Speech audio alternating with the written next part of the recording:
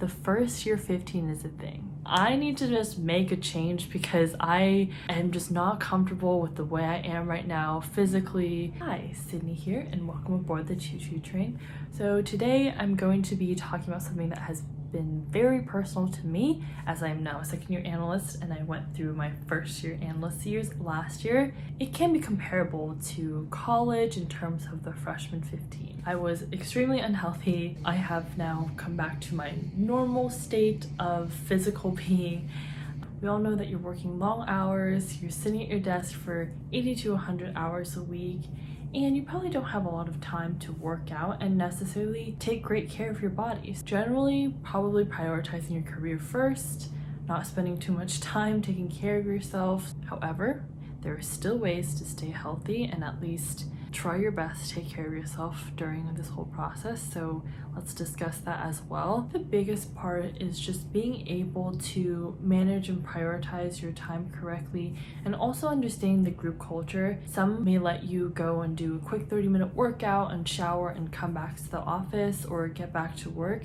Others may not necessarily be so lenient, so kind of reading into what your group allows and what they're accustomed to is something to keep in mind. Also, just to tell you, the first year 15 is a thing. If you thought freshman 15 was only applicable to college, it does happen when you start full-time as well. I honestly experienced this myself and it probably could have been preventable. But being in the city, sitting for most of the time, not really working out, getting seamless dinners, and in general, just being in an industry where the culture is revolved around social events and sometimes going out for drinks, that really added up. A couple methods that you can try to honestly just try to be in the best shape of your life while you're working such long hours is to do a couple things when you can. So sometimes I'd have workouts contingent on what time I got back home from work. I would try to get a 24-hour gym membership. If I came back at around 9 or 10, which is usually a very early night, then I would work out at night.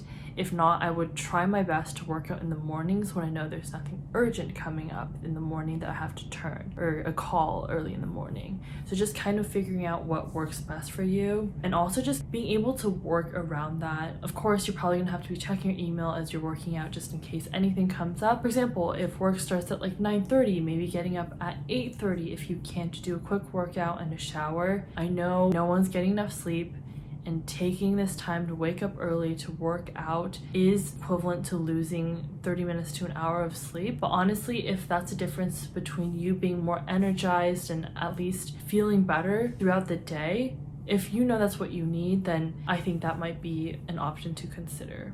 Also, when it comes to seamless, I know I went through this mentality where I thought to myself, I have worked so hard throughout the day, I deserve a treat, and that treat is gonna be junk food or some sort of comfort food when it comes to dinner. And let me tell you, that food coma and crash is pretty real. And I would tend to do this on nights where I knew my day was gonna be very long and I'd have to go home late. So this is just not the best combination. Later on during my second year analyst years where I was like, I need to just make a change because I am just not comfortable with the way I am right now physically, I would just default to Sweet Green. I would default to the healthy options, order in advance, just knowing exactly what I'm gonna get rather than like, oh, let me get like fries and a burger, etc. was really helpful. So just having those go-to options, maybe letting myself to a treat on one of my earlier days, just, you know, not depriving yourself, but making sure for the most part that you're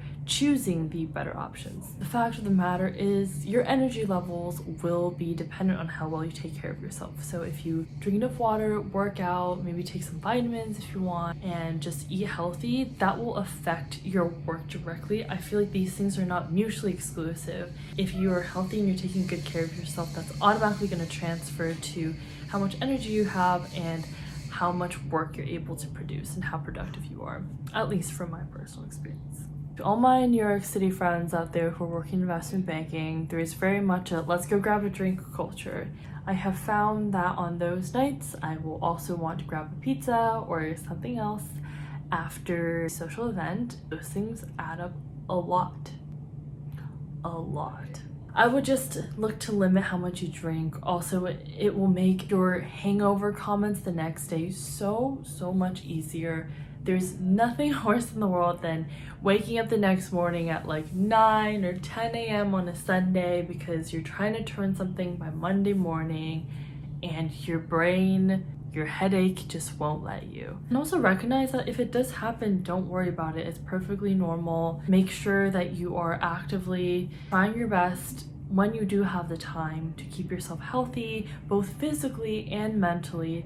If it means losing a couple hours of sleep, but it means seeing your friends who you haven't seen in a couple weeks, and that's going to be what makes you happier, then go ahead and do that. Also just knowing that it will be temporary, you will have a vacation at some point, and if it really comes down to it and you're getting burnt out, make sure you're communicating with your teams in a very professional way. If there are projects you cannot take on, tell them you can't take it on, because this will only affect your quality of life. The fact of the matter is, because this occupation takes up so much time in your day, by increase the quality of life you have at work, it automatically impacts you on a regular basis. Because of how much time you're spending on this occupation, by default, if life at work is easier, then automatically your quality of life will increase. So basically, to quickly recap, is to work out when you can, around your schedule, around different times, and just making it a habit. Like, I know of some analysts, and this is usually when you get to second year analyst. First year analyst, chances are much lower that you'll be able to, but I know of one second year analyst, when she started her second year and she became associate 0, she would go to the gym consistently at the same time every single day and grab the same exact sweet green for dinner every single day as well. And her teams all knew that she was doing this, and she had built enough rapport and trust and responsibility so that she was able to do so. In your first year, I would just make sure that you try to figure out what is acceptable and what maybe is not as socially acceptable, figure out how that's going to work around your schedule, try your best to get like 24-hour gyms, or making sure you carve out some time if this is really a priority for you. Second thing revolves around food. You're going to be ordering dinners in the office most likely, and those are typically just all takeout. If you can, meal prep your lunches maybe at the start of every single week and default to healthy options that you really enjoy eating. Make sure that if you are going to treat yourself, like, go ahead and do it, making sure it's not an everyday thing. And then third, being careful of what you do on the weekends or when you go out to social events and there are drinks involved, because that certainly adds up.